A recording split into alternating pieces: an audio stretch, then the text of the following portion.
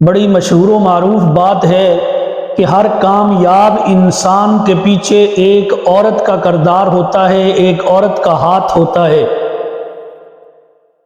آپ دنیا میں نظر دوڑائیں، جو بھی کامیاب انسان ہوں گے ان کے پیچھے کسی نہ کسی عورت کا ہاتھ ہوگا، وہ بیوی کا ہو، وہ ماں کا ہو، وہ بہن کا ہو، کسی کا بھی ہو، وہ کسی نہ کسی کا ہاتھ اس کے پیچھے ہوتا ہے۔ میرے محترم دوستو، اللہ رب العزت نے اپنے دین کے لیے لوگوں کو چنا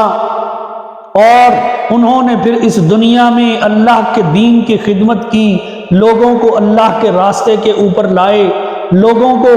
ان کو بتایا کہ کامیابی کس راستے میں ہے، جو راستہ تم نے اختیار کیا ہے وہ کامیابی کی طرف نہیں جاتا، بلکہ جو راستہ ہم بتا رہے ہیں یہ اللہ والا راستہ، یہ کامیابی کی طرف جاتا ہے۔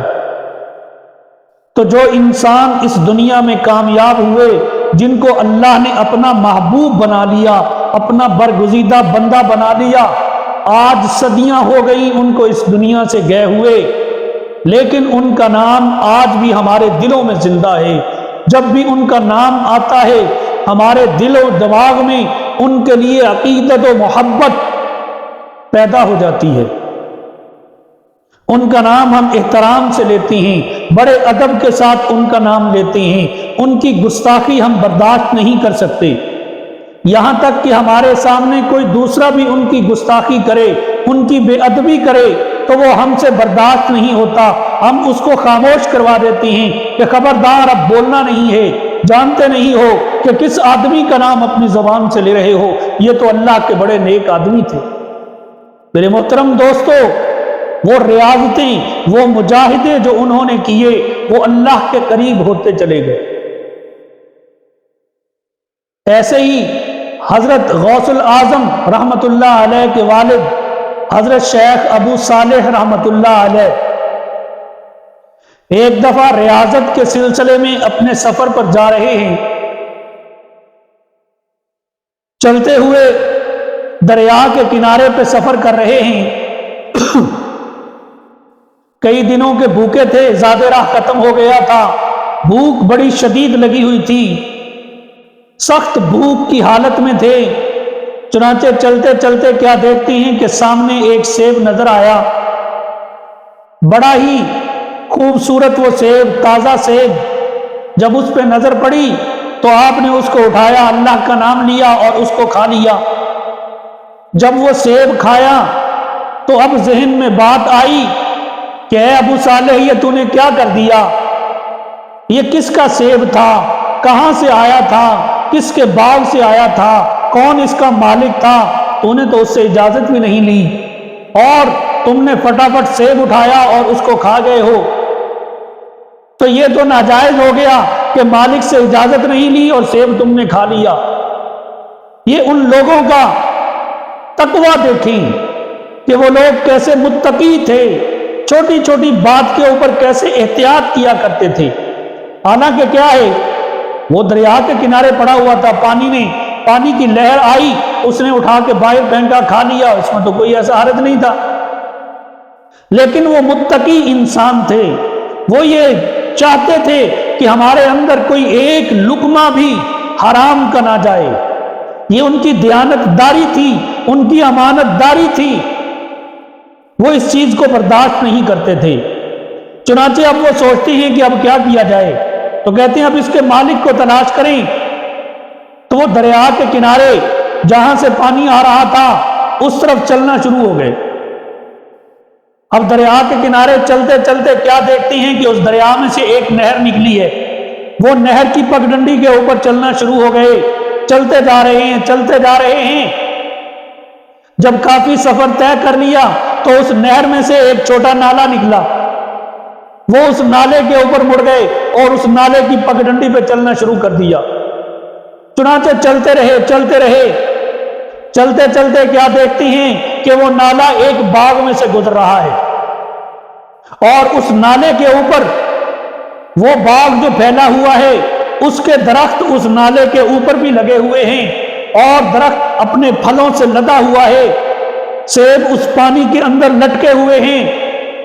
چنانچہ انہوں نے سیب کی شکل کو دیکھا تو پہچان گئے کہ یہ وہی سیب جو میں نے کھایا ہے اسی کا ہم ذات یہ سیب ہے، ہو نہ ہو اسی باغ کا وہ سیب ہے، اب اس کے مالک کو تلاش کریں۔ چنانچہ انہوں نے مالک کو تلاش کرنا شروع کیا، باغ کی کبھی اس طرف جاتے ہیں کبھی اس طرف جاتے ہیں، پھرتے پھراتے آدمی ملا، اس سے پوچھا، انہوں نے بتایا کہ یہ کس کا باغ ہے؟ تو وہ آدمی کہتا ہے کہ یہ ایک صوفی بزرگ مشہور عبداللہ صومعی کا باغ ہے۔ چنانچہ وہ عبداللہ صومعی کے پاس گئے اور ان سے ہم کلام ہوئے، انہوں نے پوچھا کیسے آنا ہوا؟ تو کہنے لگے کہ اس طرح میں سفر کر رہا تھا تو مجھے ایک سیب ملا، میں بھوکا تھا، میں نے وہ سیب کھا لیا، لیکن اب میرا ضمیر مجھے ملامت کر رہا ہے کہ تو نے مالک سے تو اجازت نہیں لی اور سیب کھا گئے ہو، میں آپ سے اجازت لینے کے لیے اتنا لمبا سفر کر کے آیا ہوں۔ وہ بزرگ صوفی، وہ عبداللہ صومعی صاحب دل آدمی تھے، پہچان گئے کہ یہ آدمی کوئی ایسا ویسا نہیں ہے، یہ تو بڑا اللہ کا برگزیدہ آدمی ہے، عام آدمی ہوتا سیب کھایا اپنے گھر چلا جاتا، یہ ایک سیب کے لیے اس نے اتنا سفر کیا ہے، یہ عام آدمی نہیں ہو سکتا۔ چنانچہ انہوں نے ابو صالح سے کہا کہ دیکھو میں آپ کو معاف تو کر دوں گا لیکن میری 2 شرطیں پوری کرنی پڑیں گی۔ انہوں نے کہا جی بتائیں آپ، میں اتنا سفر کر کے آپ کے پاس آیا ہوں، اب جب تک اس کی تلافی نہیں ہوگی اس وقت تک تو میں کچھ کر نہیں سکتا، مجھے سکون نہیں ملے گا، قلبی سکون نہیں ہوگا، دلی طور پہ مطمئن نہیں ہوں گا، میرا ضمیر مجھے اجازت نہیں دیتا کہ میں اس چیز کو بغیر کسی بات کے چھوڑ دوں کہ جس کا مسئلہ حل ہی نہ ہو۔ چنانچہ اس صوفی عبداللہ صومعی نے کہا پہلی شرط تو یہ ہے کہ تمہیں 1 سال تک میرے باغ کی نگرانی کرنی پڑے گی، اس میں کام کرنا پڑے گا۔ انہوں نے کہا ٹھیک ہے کوئی بات نہیں۔ چنانچہ وہ باغ کی نگرانی میں لگ گئے اور اس باغ کا کام کاج کرنے لگے، اس کے اندر مزدوری کرنے لگ گئے۔ جب سال پورا ہوا تو ان سے کہتی ہیں کہ دیکھیں 1 شرط پوری ہو گئی، اب آپ مجھے اپنی دوسری شرط بتائیں کہ دوسری شرط کیا ہے۔ چنانچہ انہوں نے کہا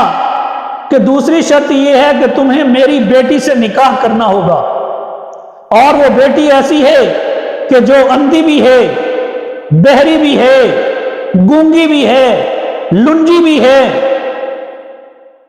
اس سے تمہیں نکاح کرنا ہوگا۔ اب شیخ ابو صالح کہتی ہیں کہ دیکھو اب اس سے معافی تو مانگنی ہے جس طریقے سے بھی ہے۔ چنانچہ تیار ہو گئے، ہاں کر دی کہ ٹھیک ہے میں تیری بیٹی سے نکاح کرتا ہوں۔ چنانچہ وہ عبداللہ صومعی نے نکاح کروا دیا اپنی بیٹی کا۔ اب زفاف کی رات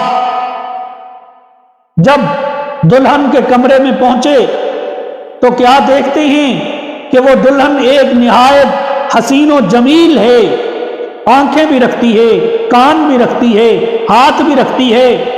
دیکھ بھی سکتی ہے، سن بھی سکتی ہے، ہاتھ سے پکڑ بھی سکتی ہے، چل بھی سکتی ہے، اس کے پیر بھی سلامت ہیں۔ چنانچہ جب انہوں نے اس کو دیکھا، اس کا جائزہ لیا تو فوراً کمرے سے باہر آ گئے اور باہر آ کر ان کے والد سے ملے اور ان سے کہتی ہیں کہ دیکھیں میری آپ سے جو بات ہوئی تھی وہ اس شرائط بھی ہوئی تھی کہ وہ عورت ایسی ایسی ہے اور میں اس سے نکاح کے لیے تیار ہو گیا، لیکن اندر جو عورت بیٹھی ہوئی ہے اس کے اندر وہ باتیں نہیں پائی جاتی، وہ تو دیکھ بھی سکتی ہے، سن بھی سکتی ہے، بول بھی سکتی ہے، ہاتھ سے پکڑ بھی سکتی ہے، چلنے کے قابل بھی ہے، تو میرے تو اس شرائط پہ اس سے نکاح نہیں ہوا۔ چنانچہ اس لڑکی کے والد عبداللہ صومعی نے حضرت شیخ ابو صالح سے کہا کہ دیکھو وہی عورت تیری بیوی ہے، وہ اندھی اس لیے ہے کہ ساری زندگی میں اس نے کسی غیر محرم کو دیکھا نہیں ہے، وہ بہری اس لیے ہے کہ کبھی ناجائز بات اس نے اپنے کانوں سے سنی نہیں ہے، وہ گونگی اس لیے ہے کہ کوئی خلاف شریعت بات اس نے اپنی زبان سے کبھی نکالی نہیں ہے۔ وہ لولی اس لیے ہے کہ اس نے اپنے ہاتھ سے کبھی کوئی غلط کام سر انجام نہیں دیا۔ وہ لنگڑی اس لیے ہے کہ وہ اپنے پاؤں سے چل کر کبھی بھی اس نے ایسا کام نہیں کیا جو اللہ اور اس کے رسول کی مرضی کے خلاف ہو۔ چنانچہ یہی تیری بیوی ہے، اس لیے میں نے کہا تھا کہ اس کے اندر یہ ساری صفات ہیں۔ میرے محترم دوستو، دیکھیں اللہ رب العزت نے ان کو ان کی ایمانداری کا، ان کے تقوی کا کیا پھل دیا، اور پھر اسی نیک عورت سے، اسی صالح، اسی پارسا عورت کے بطن سے حضرت غوث الاعظم رحمت اللہ علیہ پیدا ہوئے۔ جب مائیں اتنی نیک ہوں گی، جب مائیں ایسی پاکیزہ ہوں گی، جب مائیں ایسی پارسا ہوں گی، جب مائیں ایسی متقی ہوں گی، تو اولاد بھی تو حضرت جیسی پیدا ہوگی، حضرت غوث الاعظم جیسی پیدا ہوگی اولاد، جو دنیا کو اللہ کی طرف بلانے والی ہوگی، جو دنیا کو نیک راستے پہ لگانے والی ہوگی۔ ایسی اولاد اللہ رب العزت پہ پیدا فرمائیں گے۔